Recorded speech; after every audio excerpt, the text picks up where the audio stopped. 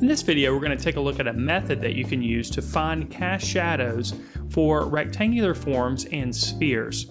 So let's go ahead and take a look at the process. We're going to start with a horizon line, and we're just going to create a rectangular form here using 2-point perspective. So since we're using 2-point perspective, we'll need 2 vanishing points on the horizon line, and we'll start by drawing the corner of our first form, and then we'll draw lines back to one of the vanishing points from each end of that corner, and we'll do the same to the second vanishing point as well. Now all we need to do is define where the edge of this rectangular form is, so we'll draw vertical lines on either side of our center corner, and then we'll go to the opposite vanishing point from the tops of those lines, and that will define the top portion of our rectangular form.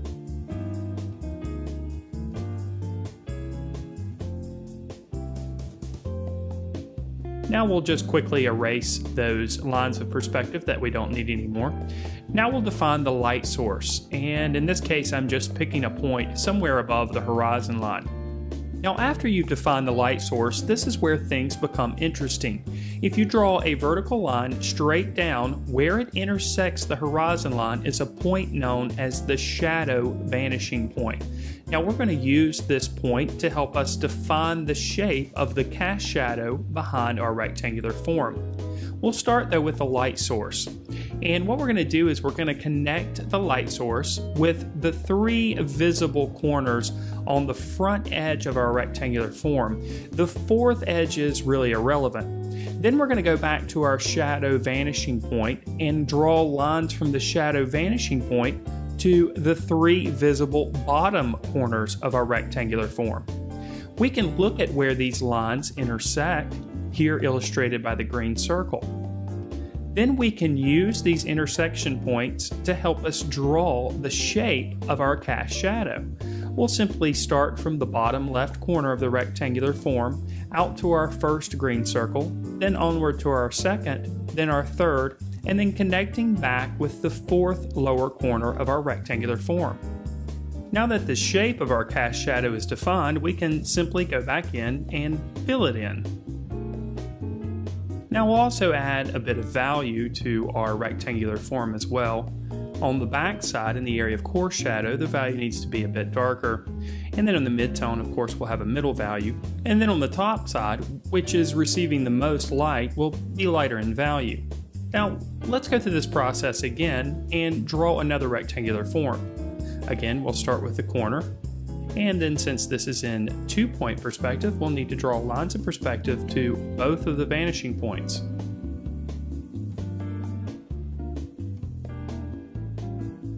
Then, using vertical lines, we can define the edges of our rectangular form,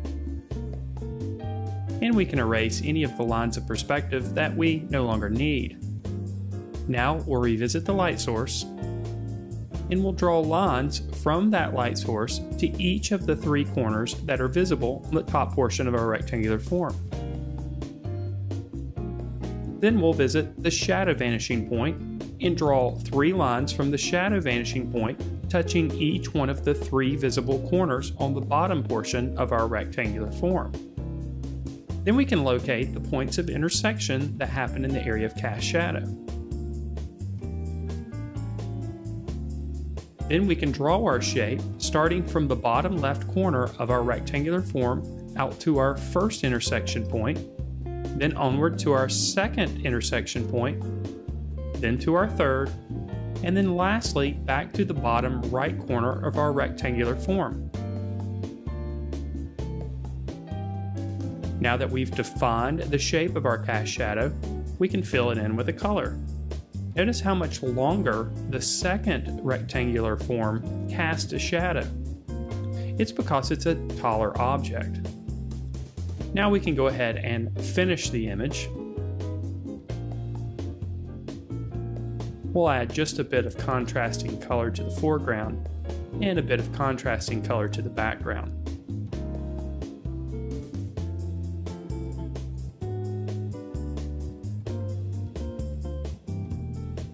Now let's take a look at what happens with a sphere.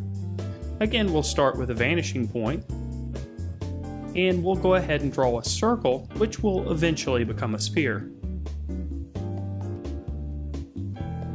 Now, there are multiple ways to do this, but the easiest way I've found is to enclose the circle within a square.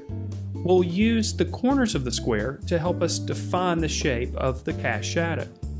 Then we'll go ahead and define the light source. Again, I'm just picking a spot somewhere above the horizon line. Then, directly below the light source, where it intersects the horizon line, we'll find the shadow vanishing point. Now, in a similar manner that we used with the rectangular form, we'll align the light source up with the top two corners of the square that we've enclosed the circle within. We'll draw lines from the light source touching both of these corners, extending outward. We'll do the same with the bottom corners and the shadow vanishing point. This creates locations of intersection, marked here by the green circles. Now we can fill in the shape that is created by a square cast shadow. Now, this isn't the elliptical cast shape that we need. So what we'll need to do is figure out a way that we can have a guideline to create our elliptical shape for our cast shadow. To do this, it's simple. We'll mark the center point at the top part of the sphere. We'll also mark the center points on the left and right side of the sphere. Then, starting with the light source, we'll draw a line that intersects that top point, extending downward into our square shape that we've created. We'll do this with all 3 points. Now we have locations of intersection that will help us to draw our elliptical cast shadow. Drawing the elliptical shape within these points does take a bit of practice and intuition.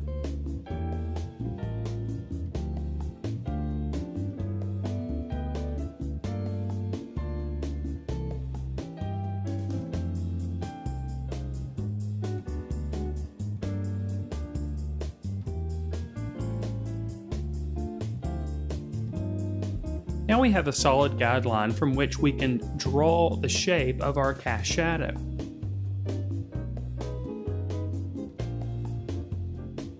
Now, before we color this in, let's do one more. So here again, we'll start with a circle. We'll enclose that circle with a square.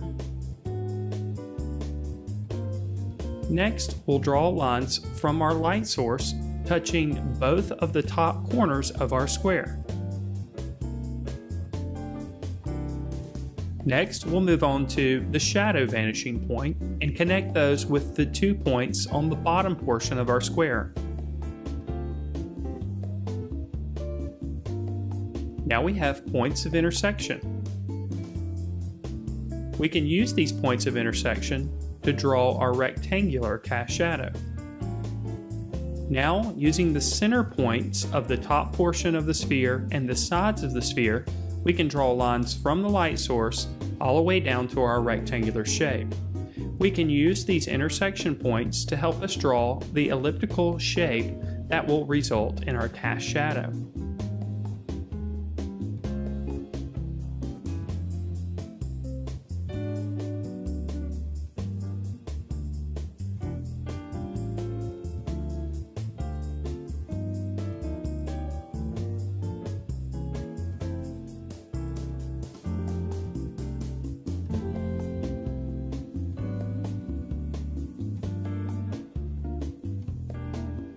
Now we can remove the lines that we no longer need and go ahead and fill in our colors. We'll use a nice dark blue color for our cast shadow, and since we're making these look like spheres, we need to shade the spheres so that they represent a form instead of a flat shape. To accomplish this, we'll need to make sure that our area of core shadow is a bit darker than the side that's closest to the light source, which would be a highlighted area. Now we'll just go ahead and fill in some contrasting color. We'll do this both in the foreground and in the background. So I hope this little demonstration will help you in defining your areas of cast shadows in your drawings and paintings. As always, I wish you the best of luck in your artistic journey.